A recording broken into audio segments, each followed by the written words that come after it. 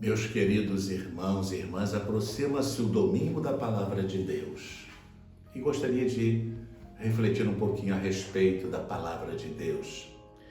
Com a carta apostólica sob forma de motu próprio, Apereo Illis, de 30 de setembro de 2019, o Santo Padre, o Papa Francisco, instituiu o Domingo da Palavra de Deus e estabeleceu que ele fosse celebrado no terceiro domingo do tempo comum, quando todas as leituras proclamadas, seja no ano A, B ou C, nos fala no Evangelho da figura de Jesus como anunciador do reino de Deus. Francisco, evocando e comentando a aparição de Jesus aos discípulos de Emaús e em seguida aos 11, assim inicia a sua carta apostólica: abriu-lhes o entendimento para compreenderem as Escrituras.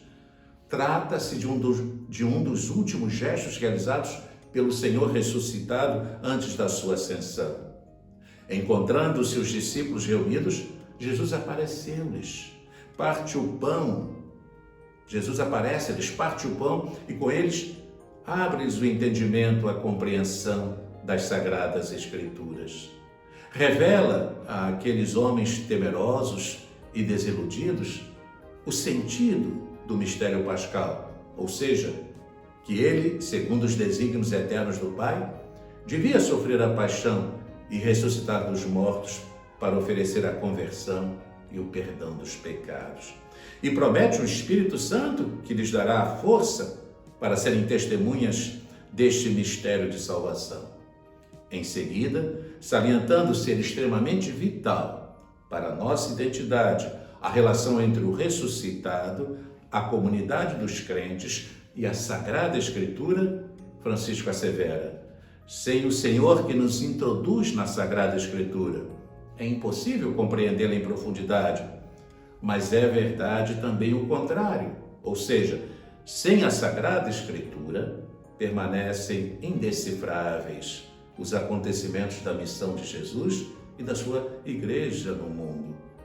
Como justamente escreve São Jerônimo, a ignorância das Escrituras é a ignorância de Cristo. E o Papa prossegue, salientando que sua decisão liga-se ao Jubileu Extraordinário da Misericórdia, responde a vários pedidos e está em consonância com várias iniciativas das igrejas locais, e que a sua decisão de instituir o terceiro domingo do tempo comum como domingo da Palavra de Deus avança na linha do Concílio Vaticano II e no Sínodo de 2008 sobre a Palavra de Deus na vida e na missão da Igreja. E aí, meus queridos irmãos e irmãs, a Palavra de Deus, que deve ter um lugar central nas nossas vidas e na vida da Igreja. E eu quero agora salientar esta centralidade da Palavra de Deus. Deus fala de muitas maneiras.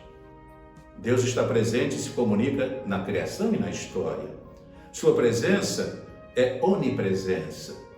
Sua comunicação é palavra que fundamenta uma inter-relação. Em todo o coração humano, Deus pôs sua lei de amor, lei moral. O homem se sente interpelado por Deus desde seu coração, desde as coisas, desde os irmãos, desde os acontecimentos. A expressão Palavra de Deus tem sentido analógico, visto que se pode aplicar à comunicação divina por meio da criação, por meio da história ou dos acontecimentos, por meio de pessoas às quais ele quis comunicar-se de modo especial.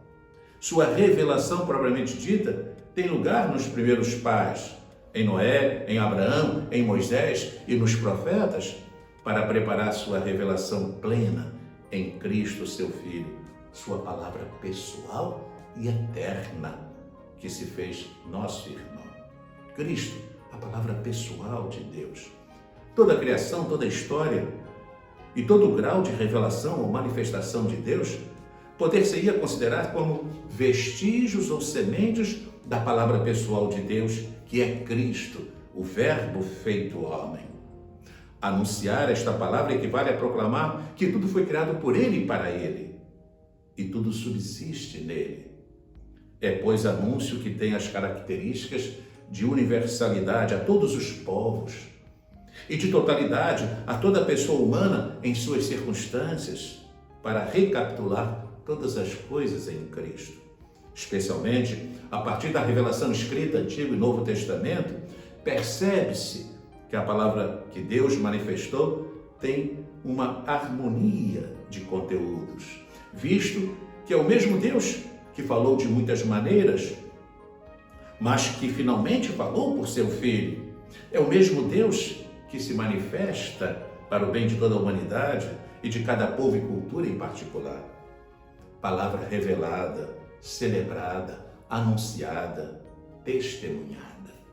A palavra de Deus se comunicou, é revelada para ser anunciada a todos os homens, é pregada e interpretada pelos apóstolos e seus sucessores, celebrada na vida como presencialidade dos atos salvíficos anunciados, testemunhada e vivida pelos que creem, para transparecer sua realidade profunda por meio de atitudes de doação a Deus e aos homens.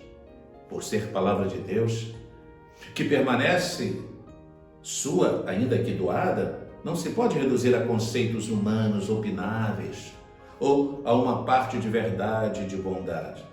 A totalidade de Deus, Pai de todos, se expressa em sua palavra universal. Os conceitos e a linguagem são meios para entrar no mistério divino, que é objetivo e infinito. Deus falou de si mesmo e do mistério do homem e do mistério do mundo. Deus falou em Cristo, seu verbo pessoal, que confere unidade a toda a criação, a toda a história, a toda a revelação e a todo o campo da fé. A palavra anunciada é viva e eficaz, como nos recorda a carta aos Hebreus. Por isso, ao ser anunciada, chama e converte, transforma e cria novos mensageiros. A igreja é missionária porque recebeu a palavra de Deus em Cristo e pela força do Espírito, para comunicá-la a todos os homens. Os instrumentos da palavra são frágeis, porém, sua docilidade os converte em sinais eficazes dessa mesma palavra. A dimensão universal, é intrínseca à palavra revelada, porque a revelação e a aliança têm como objetivo toda a humanidade. Não se pode deter esta força missionária da palavra, que foi pronunciada para o bem de toda a humanidade, visto que Deus fala aos homens como a amigos, como nos recorda Dei Verbo. Por isso, a palavra revelada é mensagem universal que chama todos à fé, à esperança e à caridade. Isto é, a configuração com os critérios, escala de valores e atitudes de Cristo, o Verbo encarnado. Ao anunciar a palavra, pelo fato de conter os planos de salvação para todos os povos, é ela mesma que prepara os caminhos do coração e da comunidade humana para a aceitação explícita e sincera. É a palavra de graça e salvação que se acolhe no coração para voltar aos planos salvíficos de Deus amor. Assim, baseado sobretudo num grande teólogo missionário, Skyler Buffet, quis partilhar essas reflexões com vocês. Deus a todos abençoe.